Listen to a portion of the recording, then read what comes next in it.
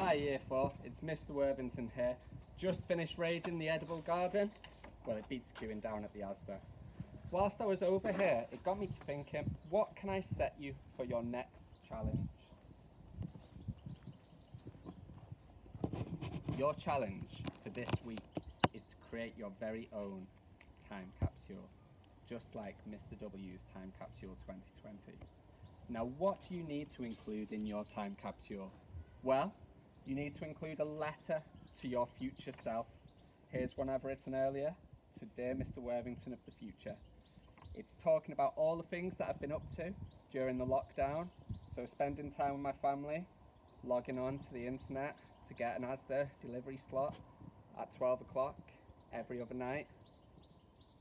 And also playing with my boys. Got the paddling pool out. We've been doing all sorts of fun things at home and I hope you're having lots of fun too. So a letter to your future self, telling all the things that you've been up to. Also, maybe talk about what you want to do in the future. So I've written here, when I grow up, I want to be a YouTube influencer. So when I open this up in another 20 or 30 years time, who knows, I might just have achieved my goal. As well as that, these are sentimental times. You need to include a picture of somebody who's really important to you, someone who's really special, really precious to you. So here's a picture of me. That'll be going straight into the time capsule. Once you've finished that, you can create your own poem. So here's a poem that I found that I thought summed it up really well, and I'm going to share it with you now. It's called The Rainbow Children. The history books will talk of now that time the world stood still, when every family stayed at home, waved out from windowsills. At those they loved but could not hold, because they loved them so.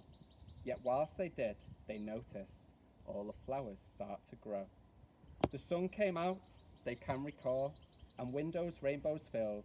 They kicked a football in their yards until the night drew in.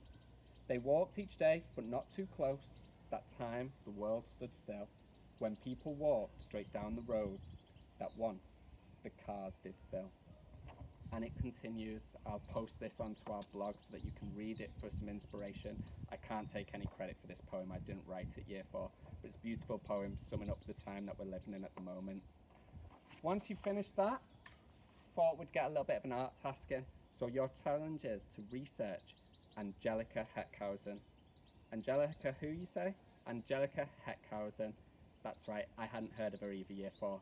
But she's a fantastic artist, all about ethical art, recycling and upscaling things, just like we've done here in our edible garden, using your old bicycle wheels in order to create some climbing walls for our flowers to grow.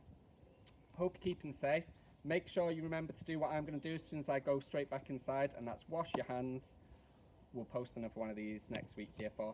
Don't forget to include any pictures of all the things that you've been doing, upload them onto our Twitter, onto our Facebook. We really look forward to seeing your hard work. Take care, Year 4.